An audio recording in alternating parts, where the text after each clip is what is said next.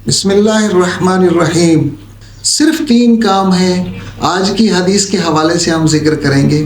حضور صلی اللہ علیہ وسلم نے بڑی خوشخبری کی بات سنائی، اور خصوصاً خواتین کے لیے، وہ خواتین جو جنت میں جانا چاہتی ہیں صرف 3 کام کر لیں۔ حضور صلی اللہ علیہ وسلم نے فرمایا کہ جنت کے جس بھی دروازے سے داخل ہونا چاہیں داخل ہو جائیں۔ نمبر 1، حضور صلی اللہ علیہ وسلم نے فرمایا جو عورت 5 وقتہ نماز کی پابندی کرتی ہے۔ نماز بہت اہم ہے انسان کی زندگی میں، اور مسلمان کی زندگی میں اگر نماز نہیں ہے تو وہ اس کی مسلمانی خطرے میں پڑ جاتی ہے۔ تو حضور صلی اللہ علیہ وسلم نے ارشاد فرمایا کہ جو خاتون 5 وقتہ نماز کی پابندی کرتی ہے، یہ پہلا کام۔ دوسرا کام، حضور صلی اللہ علیہ وسلم نے ارشاد فرمایا کہ وہ اپنی عزت کی حفاظت کرتی ہے، غیروں کے سامنے بے پردہ نہیں آتی، اپنے پوشیدہ اعضاء کا اظہار نہیں کرتی، خوشبو لگا کر بازار میں نہیں گھومتی، گھر سے بلا وجہ بلا ضرورت کے باہر نہیں نکلتی، اپنی عزت کی حفاظت کرتی ہے، اور جسمانی طور پر بھی اپنی عزت کی اگر حفاظت کرتی ہے۔ اور تیسرا کام، حضور صلی اللہ علیہ وسلم نے ارشاد فرمایا اور وہ اپنے شوہر کی فرما برداری اختیار کرتی ہے۔ تب یہ جب 3 کام کوئی عورت کر لے گی تو اس کے لیے جنت میں چاہے تو جس بھی دروازے سے داخل ہو جائے۔ بہت آسان سا کام ہے، اگر تھوڑی سی کوشش کر لی جائے، نماز کی پابندی کر لی جائے، اپنی عزت کی حفاظت کی جائے۔ ہم معاشرے کو جب دیکھتے ہیں تو خواتین میں اب وہ دینی اقدار رہی نہیں ہے، دینی طور طریقے رہے نہیں ہیں۔ پردہ پردے کے لیے نہیں کیا جاتا، بلکہ پردہ فیشن کے لیے کیا جاتا ہے۔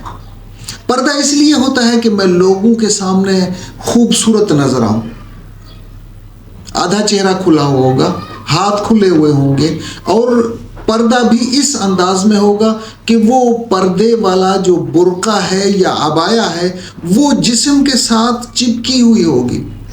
اس طرح کے پردے کی کیا ضرورت ہے؟ پردہ تو وہ ہوتا ہے جس میں قرآن مجید نے ارشاد فرمایا یدنین علیہن من جلابیبہن ذالک ادنی الا یعرفن۔ مسلمان خواتین کا پردہ تو اس طرح سے ہوتا ہے کہ وہ پہچانی نہ جائیں، اس کی پہچان چھپانی ہے۔ چہرہ کھول لیا، آنکھیں کھول لی، ہاتھ کھول لیے، چست لباس پہن لیا تو اس میں پہچان نہیں چھپتی، اور پھر پرفیوم کا استعمال کر کے باہر نکلا جائے تو یہ با پردہ ہونے کی علامت نہیں ہے۔ تو حضور صلی اللہ علیہ وسلم نے 3 علامات بتائیں۔ نمبر 1، اپنی عزت کی حفاظت کرتی ہے۔ بہت مختصر سے الفاظ میں حضور اکرم صلی اللہ علیہ وسلم نے بہت بڑی بات بتا دی ہے نا، ایسی بات اپنی عزت کی حفاظت کرنا، جہاں سے ہو، جیسے ہو، جس بھی طرح سے ہو۔ قرآن کہتا ہے کہ ان کی مسلمان خواتین کی روش ایسی ہونی چاہیے، پردہ ایسا ہونا چاہیے اللہ یعرفنا، کہ انہیں کوئی پہچانے نہیں۔ اور دوسری چیز 5 وقتہ نماز کی پابندی، اور تیسری چیز اپنے شوہر کی اطاعت اور فرما برداری۔ یہ جو کندھے سے کندھے والا تصور ہے نا، اس کا اسلام میں تصور نہیں ہے۔ اسلام نے تو خواتین کو مرد کا ماتحت بنایا ہے، اس کو گھر کی شہنشاہیت دے دی ہے، وہ گھر کی 4 دیواری میں ملکہ کی طرح عیش و آرام کی زندگی گزارتی ہے۔ مرد کو اس کے سارے ذمہ داریاں اٹھانی ہوتی ہیں۔ یہ کہاں ہم پھنس گئے، کس قسم کے کلچر اور کس قسم کی تہذیب میں ہم پھنس گئے کہ بھائی کندھے سے کندھا ملاؤ، ایک دوسرے کے برابر ہیں۔